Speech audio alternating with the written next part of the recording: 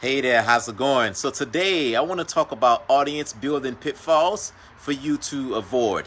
Pound live if you happen to be catching this live. Pound replay if you happen to be catching this via the replay. By the way, if you want to go deeper and you would like to take advantage of an optimization call that's designed to show you the one thing that you need to do to move things forward from a lead generation and a client attraction standpoint, you can schedule a free call by going to vladimirAdonis.com. So pitfalls to avoid as it relates to audience building. You probably already know, right? You need people. You need an audience in order to grow your business. And that's true.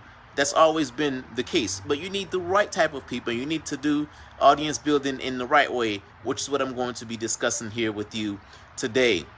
I remember, hearing this when I first launched my information business. I remember hearing that you need an audience, grow a list, you need an audience, you need an audience. So for me, the first thing I decided to do in order to grow an audience is I went where the people was already at. So Meetup is a platform that you probably already heard of, and Meetup has a lot of different communities. There's a lot of different people that congregate around topics and around different subjects. So I decided that I was going to start a Meetup around some of the things that I had learned for the sole purpose of sharing that information with a community.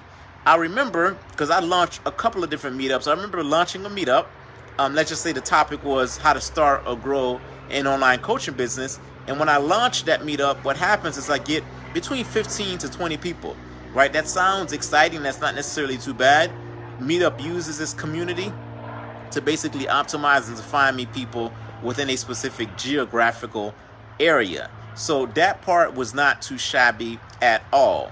But then again, the issue that I started to run into is that I would only get maybe about, think about starting off with the group with say 15 to 20 people. And on a monthly basis, I would get maybe 2 or 3 people on a monthly basis. Well, I knew that from a long-term standpoint, that's not something that I can sustain from a long-term standpoint, because you just need a lot more people in order to grow your business, and getting 2 people to join your group on a monthly basis will not necessarily sustainable.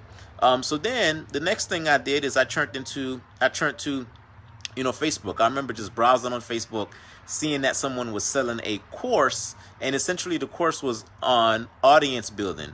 And I can't remember exactly what that promise was, but it was something along the lines of, I'm going to show you how to get 10,000 people, how to grow an audience of 10,000 people in the next couple of weeks, in the next month per se. I remember taking this individual's course, going through it, and essentially some of the things that this person taught us how to do was how to grow your fan page. So if you have a business page, that's also called a fan page, and one of the things that this person showed us how to do is how to grow our fan page. The methodology was the issue though. So the method that I remember going through the course and basically, trying to learn, and the method that this person used was that we were using motivational cards and or motivational quotes to get people to like our page. So then what would happen is that we would, we ran an ad and we optimized it for page likes. And within the month, I think I had, maybe like 5,000 people or so that liked my page. So here's what the issue was. The issue was these people had liked my page based on seeing a motivational quote. They had no interest in business.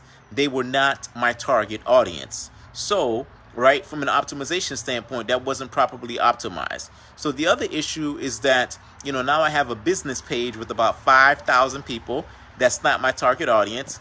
If I wanted to use that same audience and go tell Facebook to find me more of those people later down the line, the issue is I'm starting off with the wrong group of people in the first place. So from an optimization standpoint, it would make it just that much harder for Facebook to optimize. So that's the second issue. So, those pitfalls, I would avoid those pitfalls. So then what should you do to grow an audience? You should grow an audience based on people that want exactly what it is that you are selling. One of the ways that you can do that is you can create, lead magnets, basically solving a small problem. For people, if people want to learn how to solve that small problem, you can go ahead and ask them for their email address in exchange for that video or to help them to solve that problem. Because here's the thing. Let's just say if you run a lead generation campaign. Let's say I'm running a lead generation campaign and I spend $2,000 on a lead generation campaign. After spending $2,000, I get 500 leads because I'm asking people to provide me with their contact information in exchange for this free resource.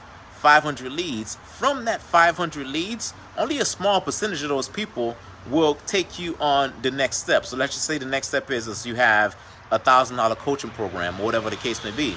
Only 1%, 2% of those people are going to be in a position to take advantage of that right away anyway.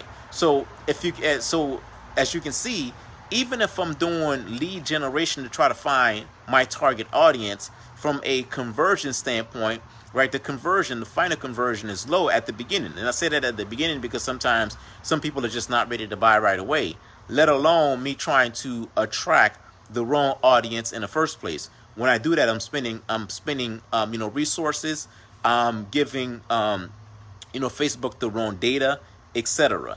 Now, alternatively, if you were to grow your fan page based on people who like your content, based on people who resonate with your content, based on people who's trying to solve the problem that you solve, right, based on people who has genuine interest in your business, that's a lot better, because then you can take that and you can multiply it, and those people will likely do business with you in the future. So those are some of the things that's on my mind, and those are some of the things that I wanted to share with you from an optimization standpoint and from an audience building standpoint.